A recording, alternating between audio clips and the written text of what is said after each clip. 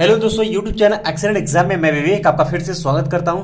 दोस्तों, जैसा कि आपका पेपर अब आ चुका है, तो अब बात कर लेते हैं कि हिंदी के पेपर में या फिर आप जो है बोर्ड का पेपर जब देंगे तो आपको कैसे प्रश्न का उत्तर देना है। और जो विधि हम बताएंगे, इसी विधि से अगर आप देते हैं तो आपको एग्जामिनर पूरे पूरे मार्क्स यहां पर देंगे। तो सभी बच्चे यानी कक्षा 10 और कक्षा 12 वाले छात्र जो है इस वीडियो को आप लोग पूरा देख लीजिएगा। छोटे सी वीडियो है लेकिन आप देख लीजिए, और इसी तरीके से आपको जो है कल के पेपर में जो है आपको इसी तरीके से लिखना है, यानी कि जब हिंदी का पेपर दे रहे हैं तो इसी तरीके से आपको प्रश्न का उत्तर लिख करके आनी है। चलिए हम दोस्तों बात कर लेते हैं कैसे यहां पर आपको लिखनी है। ठीक है, तो एक बार आप सभी जो है वीडियो को लाइक कर दीजिएगा और इस वीडियो को ज्यादा से ज्यादा संख्या में शेयर कर दीजिए, और चैनल पहली बार चैनल को सब्सक्राइब कर लीजिएगा। और दोस्तों, अगर आप चाहते हैं कि हमारे टेलीग्राम और व्हाट्सएप ग्रुप से जुड़ने के लिए तो इसी वीडियो के डिस्क्रिप्शन बॉक्स में जो है लिंक दिया गया, फटाफट जाकर के जुड़ सकते हैं। ठीक है, चलिए बच्चों ध्यान समझिएगा कैसे बताएंगे वैसे आपको करना है। तो यहाँ पे एक देख सकते हैं हमारे पास जो है एक पेपर हमने लिया हुआ है। ठीक है, 2022 का ये पेपर है हिंदी का।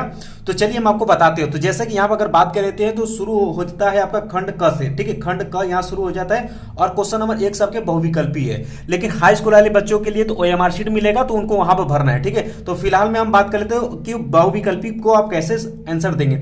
जैसे कि पहला ही क्वेश्चन आपके सामने है कि डिप्टी कलेक्टर के लेखक है, तो इसका सही आंसर दूसरा ऑप्शन सही हो जाता है। तो आपको लिखना कैसे है पेपर में, तो सबसे पहले आप पेपर में देखेंगे खंड क लिखा है तो खंड क लिखेंगे। ठीक है, इस तरीके से एक लाइन छोड़ेंगे, उसके बाद जो है आप लिखेंगे प्रश्नोत्तर संख्या 1 है, फर्स्ट है तो लिखेंगे फर्स्ट। अब देखिएगा किसका उत्तर आपको देना है, पहले का क देना है, तो क आप यहां पर लिख सकते हैं। देखिएगा बच्चों, ये हमने कॉपी लिया हुआ है, थोड़ा सा चीजें आप इस क को जो है आप जो इस 2 लाइन खींचेंगे, ठीक है, सीधा सीधा, तो आप क को इधर भी लिख सकते हैं, कोई दिक्कत नहीं। ठीक है, तो हमने थोड़ा सा आप सभी को शिक्षा के लिए अच्छा देखने के लिए हमने यहाँ पर लिखा, और ऐसे भी लिखेंगे तो भी कोई दिक्कत नहीं है। अब जैसे कि पहला का आंसर जो है आपका दूसरा अमरकांत है, तो आपको क्या लिखना है, पहला लिखेंगे क का दूसरा ऑप्शन भी डालेंगे और नाम भी यहाँ पर लिखेंगे। ठीक है, इस तरीके से। तो क हो गया, दूसरा अमरकांत है, अमरकांत इस तरीके से लिखेंगे। ठीक है, और दोस्तों यहाँ पर 1 या 2 लाइन छोड़ करके तब आप ख का आंसर दीजिएगा। ठीक है, जैसे कि अगर बात कर लेते हैं ख के आंसर के लिए, तो ख का आंसर आपसे ये पूछा हुआ है कि भारत की एकता की रचनाकार हैं, तो यहाँ पर आप बच्चों देख पाएंगे, तो इसका चौथा ऑप्शन सही हो जाता है वासुदेव शरण अग्रवाल। तो चौथा ऑप्शन लिखेंगे वासुदेव शरण अग्रवाल। ठीक, इस तरीके से बच्चों जो है आपको लिखना है पेपर में। ठीक है, अगला क्वेश्चन है कि निम्नलिखित में से हजारी प्रसाद द्विवेदी की रचना है, तो यहाँ पर देख सकते हैं तीसरा ऑप्शन कल्पलता सही हो जाएगा, तो यहाँ पर लिखेंगे ग, तीसरा ऑप्शन कल्पलता। फिर 1 लाइन या 2 लाइन आप छोड़ेंगे अपने हिसाब से। ठीक है, और उसके बाद जैसे घ है कि निम्नलिखित में से प्रोफेसर जी सुंदर रेड्डी की रचना नहीं है। ठीक है, तो चौथा ऑप्शन धरती के फूल हो जाएगा, तो यहाँ पर क्या हो जाएगा, धरती का फूल। इस तरीके से लिखेंगे, 1 या 2 लाइन आप छोड़ेंगे, जैसा आपका राइटिंग उसी हिसाब से आप करिएगा। देख सकते हैं ये बहुत ही सुंदर है। अंग है आपकी आरोहण प्रमुख स्वामी जी के साथ मेरा आध्यात्मिक सफर। इस पुस्तक के लेखक कौन है, तो दूसरा ऑप्शन सही हो जाता है डॉक्टर APJ अब्दुल कलाम। ठीक है, तो अब यहाँ पे देखिए अंगा डालेंगे, दूसरा option doctor APJ Abdul Kalam. तो बच्चों अगर इस तरीके से अगर आप जो है लिख पाते हैं तो आपको जो एग्जामिनर पूरा पूरा अंक देगा। अब देखिएगा इस क्वेश्चन से इस क्वेश्चन का अंतर दिख रहा है। बहुत सारे बच्चे इसी में एक लाइन छोड़ते भी नहीं, इसी में चिपकाए जाते हैं ना, तो कॉपी चेक करने में एग्जामिनर को दिक्कत होती है, तो आपको नंबर कट सकता है। इसलिए कोशिश करिएगा कि एक क्वेश्चन से दूसरे क्वेश्चन के बीच में अंतर होना चाहिए और एग्जामिनर को अच्छे से दिखना चाहिए। तो आप 1 लाइन कम से कम 1 लाइन छोड़ सकते हैं या फिर 2 लाइन छोड़ सकते हैं। अब बच्चों जैसे कि मान लेते हैं आपने प्रश्न संख्या 1 का आपने उत्तर इस तरीके से दे दिया। इसके बाद दोस्तों बात करते हैं दूसरा आप कैसे देंगे, तो लिखेंगे, अब देखिएगा एक क्वेश्चन के बाद 1 2 3 लाइन हमने छोड़ा हुआ, तो कम से कम 2 से 3 लाइन आप छोड़ करके लिखेंगे प्रश्नोत्तर संख्या 2। अब 1 लाइन छोड़ करके फिर उत्तर यहाँ लिखेंगे। तो जैसा कि वही जस्ट यहाँ पर भी आपके देख सकते हैं क्वेश्चन नंबर 2 में भी आपके 5 बहुविकल्पी है, तो पहले की तरह आपको फिर कर लेना है इसी तरीके से। जैसे दूसरे का क में आपका तीसरा सही है, तो लिखेंगे दूसरा का क का तीसरा वैदेही वनवास। अब देखिए यहाँ पर हमने 2 लाइन छोड़कर के ख का आंसर दिया हुआ है। ठीक है, ख का पहला ऑप्शन सही सिद्धराज, फिर हमने लिख दिया। फिर यहाँ पर देखिएगा ग का आंसर जो है आपका चौथा ऑप्शन है सही है, कितनी नाव में कितनी बार, तो हमने इस तरीके से कर दिया। और घ का भी आप देख पाएंगे इस तरीके से जो है घ का दूसरा सही परशुराम की प्रतीक्षा हमने कर दिया, और अंगा का महादेवी वर्मा सही आंसर है, तीसरा ऑप्शन, तो यहाँ हमने कर दिया। अब बच्चों यहाँ देखिएगा कितना सुंदर दिख रहा है देखने में, अगर एग्जामिनर चेक करेगा तो आपका सही रहेगा, 1 नंबर यहाँ पर 1 नंबर यहाँ पर, इस तरीके से मिलता जाएगा। ठीक है, तो उम्मीद है दोस्तों कि अब जो है आप सभी बहुविकल्पी क्वेश्चन का आंसर देना सीख गए, कैसे आपको आंसर देना है। चलिए दोस्तों अब आगे बढ़ते हैं कि अब आगे कक्षा 10 वाले बच्चे भी ध्यान देंगे विशेष तौर पर। अब जैसे कि आपका आ जाता है क्वेश्चन नंबर जो 3 है कि दिए गए गद्यांश पर आधारित निम्नलिखित प्रश्नों के उत्तर दीजिए। तो इस तरीके से हाई स्कूल वाले बच्चों में भी रहता है। तो अब मान लेते ये गद्यांश है, इसका आंसर आप कैसे लिखेंगे जिससे कि आपको एग्जामिनर को समझ में आए। तो बच्चों यहां पर सबसे पहले आपको 2 गद्य दिया रहेगा, ठीक है। यहां पर आप देख पाएंगे कि आपको 2 गद्य इसी तरीके से दिया रहेगा, ठीक है।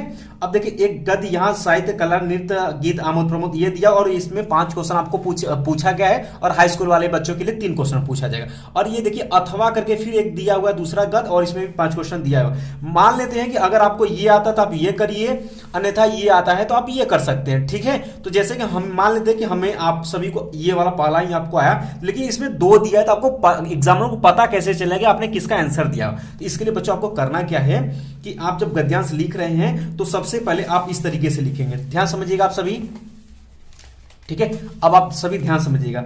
अब जैसे क्वेश्चन नंबर 3 प्रश्नोत्तर संख्या आपने देखिए 3 है तो आपने प्रश्नोत्तर संख्या 3 डाल दिया। अब जो भी गद्यांश आप करेंगे उस गद्यांश को आप इसी तरीके से लिखेंगे, साहित्य कला, ठीक है। अब यहां देखिए साहित्य कला डॉट करके लास्ट वाला आप लिख देंगे लिए स्वास्थ्यकर है। तो इस तरीके से लिए स्वास्थ्यकर है, इतना अगर आप लिख देते हो एग्जामिनर को पता हो जाएगा कि आपने किस गद्यांश का आंसर दिया हो, जो कि बेस्ट तरीका होता है पेपर के लिए, ठीक है। अब यहां पर आ जाएंगे अब उत्तर के लिए। प्रश्नोत्तर संख्या तो आपने लिख ही दिया। अब यहां पर लाइन के आप इधर भी आप का लिख सकते हैं, इधर भी का लिख सकते हैं, ठीक है। थोड़ा सा ये कॉपी पर है तो हमें दिखाने के लिए जो है हमने यहां पर लिखा, आप यहां पर लिखेंगे, ठीक है। चलिए अब देखिए पहला क्वेश्चन दिया कि राष्ट्रीय जन अपने अपने मानसिक भाव को किन रूपों में प्रकट करते, ये प्रश्न का उत्तर पूछा हुआ है। तो ये पूछा राष्ट्रीय जन, तो देखिएगा ध्यान सुनिएगा कि साहित्य, कला, नृत्य, गीत, आमोद प्रमोद अनेक रूपों में राष्ट्रीय जन अपने अपने मानसिक भाव को प्रकट करते। अब यहां से लेकर के यहां तक आंसर पहले का उत्तर हो जाता है। तो आप लिखेंगे कब लिखेंगे राष्ट्रीय जन अपने अपने मानसिक भाव को साहित्य, कला, नृत्य, गीत, आमोद प्रमोद अनेक रूपों में प्रकट करते हैं। तो बच्चों यहां पर जो है आपको यहां पर मिल जाता है 5 क्वेश्चन रहेगा 2 अंक का, तो 2 अंक बिल्कुल आपको यहां पर बिल्कुल आसान तरीके से मिल जाएगा। और यहां पर जो है 1 लाइन या 2 लाइन छोड़ करके आप दूसरे वाले क्वेश्चन का आंसर यहां देंगे, यानी तीसरे का ख आंसर देंगे संस्कृति के आनंद पक्ष को कौन स्वीकार करता है। तो यहां पर वही आंसर यहां पर लिखेंगे कि सहृदय व्यक्ति ही प्रत्येक संस्कृति के आनंद पक्ष को स्वीकार करते हैं, ठीक है। फिर आपने ग का आंसर दिया, फिर 1 या 2 लाइन आप छोड़िए। उसके बाद ग का आंसर आपको देना, ग आपसे पूछा कि मानसिक और स्वास्थ्य का शब्दों का आपको अर्थ लिखना है। तो आप इस तरीके से दिखाएंगे, मानसिक, इसको ब्लैक पेन से लिखेंगे, मानसिक शब्द का अर्थ यानी कि मन से उत्पन्न या मन में व्याप्त, ठीक। एवं स्वास्थ्यकर शब्द का अर्थ आप लिखेंगे, स्वास्थ्यकर शब्द का अर्थ तो तंदुरुस्ती प्रदान करने वाला। अब बच्चों ध्यान से 2 अंक का नंबर, तो 1 अंक आपको इस पर मिल जाएगा, बिल्कुल 1 अंक इस पर मिल जाएगा, 1 भी अंक आपका नहीं कटेगा। इस तरीके से अगर आप पेपर देते हैं तब। इसके बाद दोस्तों आपका अंक आ जाता है रेखांकित अंश की व्याख्या करनी। अब देखिएगा यहां से देखिए, यद्यपि बाह्य रूप की दृष्टि से संकलित से लेकर के एक सूत्रता है, ये इसका व्याख्या करना है। तो आप घ का आंसर इस तरीके से बच्चों आप देंगे, आप इस तरीके से देंगे कि रेखांकित अंश की व्याख्या आप अपने भाव को प्रकट करेंगे। बाह्य दृष्टि से देखने पर साहित्य, संगीत, नृत्य, गीत आदि से ये सभी दिखाई देते, किंतु इसके अंदर मूल रूप में एक ही सूत्र, एक ही आत्मा होती है। बस इतना ही कर देना। इसके बाद दोस्तों अंग है कि उपर्युक्त गद्यांश के पाठ का शीर्षक और उसके लेखक आपको नाम लिखना है। तो अंग का आंसर आप इस तरीके से देंगे, अंग आप डालेंगे 1 लाइन छोड़ करके जो है, ठीक है। और यहां पर आप लिखेंगे कि पाठ का नाम, तो पाठ का नाम क्या है, राष्ट्र का स्वरूप, तो राष्ट्र का स्वरूप लिखेंगे। लेखक का नाम डॉक्टर वासुदेव शरण अग्रवाल। बच्चों 2 अंक का नंबर है तो 1 अंक इस पर मिल जाएगा आपको और 1 अंक आपको इस पर मिल जाएगा। 2 अंक बिल्कुल आसान तरीके से आपको मिल जाएंगे, ठीक है। तो उम्मीद है दोस्तों कि इसी तरीके से आप जो है पेपर में गद्यांश का आप आंसर देंगे। इसी तरीके से बच्चों जो है आप आगे आने वाले क्वेश्चन आप देख पाएंगे, जैसे कि पद्यांश में भी आपको क्वेश्चन ही पूछेगा। तो पद्यांश का भी बच्चों इसी तरीके से आप करिएगा, प्रश्नोत्तर संख्या 4 डालेंगे और कहते आते थे, फिर लास्ट वाला आप डाल देंगे जो भी आप करेंगे। उसके बाद इसी तरीके से जो है आप जो है इसी तरीके से आप पद्यांश का भी उत्तर देना शुरू कर दीजिएगा, ठीक है। बिल्कुल ये बेस्ट तरीका और इसी तरीके से आपको पेपर दे करके आनी है। सभी बच्चे, हाई स्कूल वाले भी बच्चे देख लेंगे। अब बच्चों बात कर लेते हैं, आप क्वेश्चन नंबर 5 है, ठीक है। 5 के क और ख में है। इसी तरीके से यहां पर भी आपके लेखक और कवि का जीवन परिचय पूछा हुआ है। तो इसी तरीके से हाई स्कूल में पूछता है। आइए इसको भी बताते हैं कैसे आपको लिखना है इस बार। अब बच्चों यहां पर देखिएगा कि जैसे कि यहां पर आपको दे दिया है कि क्वेश्चन नंबर 5 का क दिया हुआ है, ठीक है। तो आपको क्या करना, कैसे आप लिखेंगे प्रश्नोत्तर संख्या 5 का क आपने रख दिया और मान लेते हैं कौन सा आप करना चाहते हैं। तो जैसे कि इसमें से हम मान लेते हैं कि दूसरा ऑप्शन का हम करना चाहते हैं, डॉक्टर हजारी प्रसाद द्विवेदी का हमने यहाँ पर जीवन परिचय लिखना चाहते हैं। तो बिल्कुल आप यहाँ पर हेडिंग डालेंगे एक लाइन छोड़कर डॉक्टर हजारी प्रसाद द्विवेदी।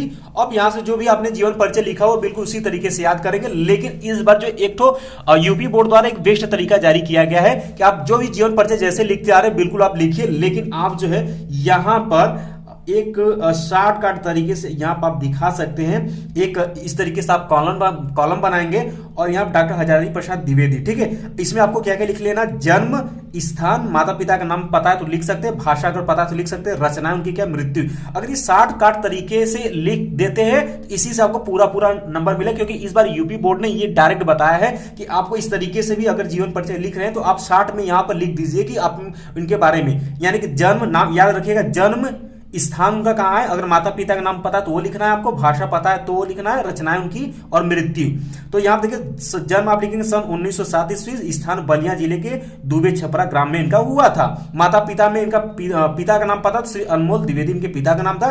भाषा इनकी हिंदी संस्कृत तो आप डाल सकते हैं, अगर नहीं पता है तो इस भाषा को लिखिएगा मत ही, ठीक है।